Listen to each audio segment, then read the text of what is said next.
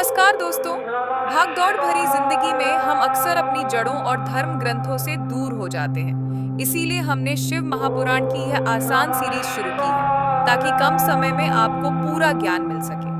हमारे पिछले वीडियो भाग 2 में हमने आपको एक बहुत ही रोमांचक मोड़ पर छोड़ा था। हमने देखा था कि ब्रह्मा जी और विष्णु जी के बीच कौन श्रेष्ठ है।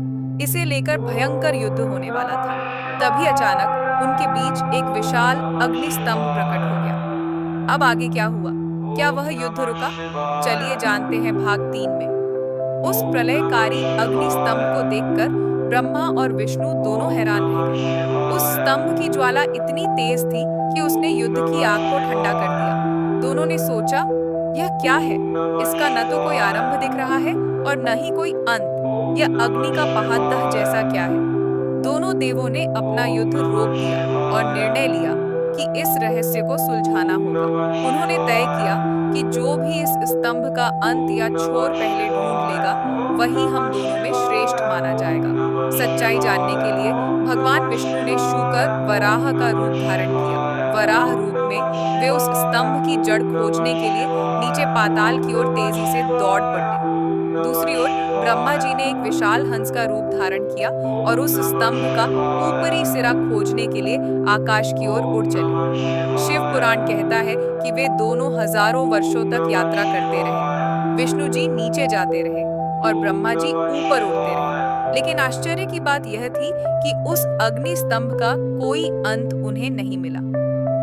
हजारों साल बीत गए। विष्णु जी पाताल की गहराई नापते नापते थक गए, लेकिन उन्हें जड़ नहीं मिली। वे निराश होकर वापस युद्ध भूमि पर आ गए। उन्होंने स्वीकार कर लिया कि यह शक्ति उनसे परे है। कुछ देर बाद ब्रह्मा जी भी वापस आ गए। हालांकि ब्रह्मा जी के साथ केतकी के फूल की एक अलग घटना घटी, जिसका जिक्र हम आगे करेंगे। दोनों देवताओं को ये समझ आ गया कि ये कोई साधारण अग्नि नहीं है। उन्होंने अपना अहंकार त्याग दिया और उस स्तंभ को प्रणाम किया। तभी उस निर्गुण निराकार अग्नि स्तंभ से एक महानाद ध्वनि गूंजी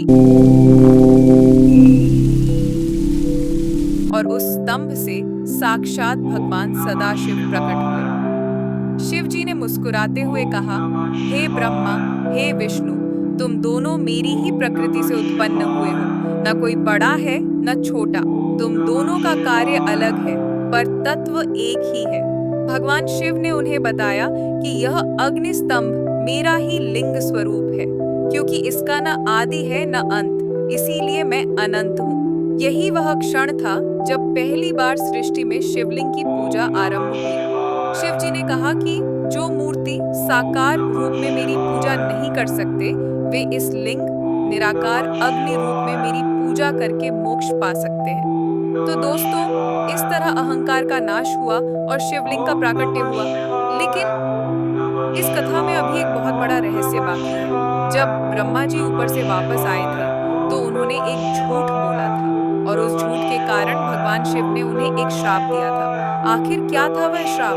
क्यों ब्रह्मा जी की पूजा नहीं होती और क्यों केतकी का फूल शिव जी को नहीं चढ़ाया जाता?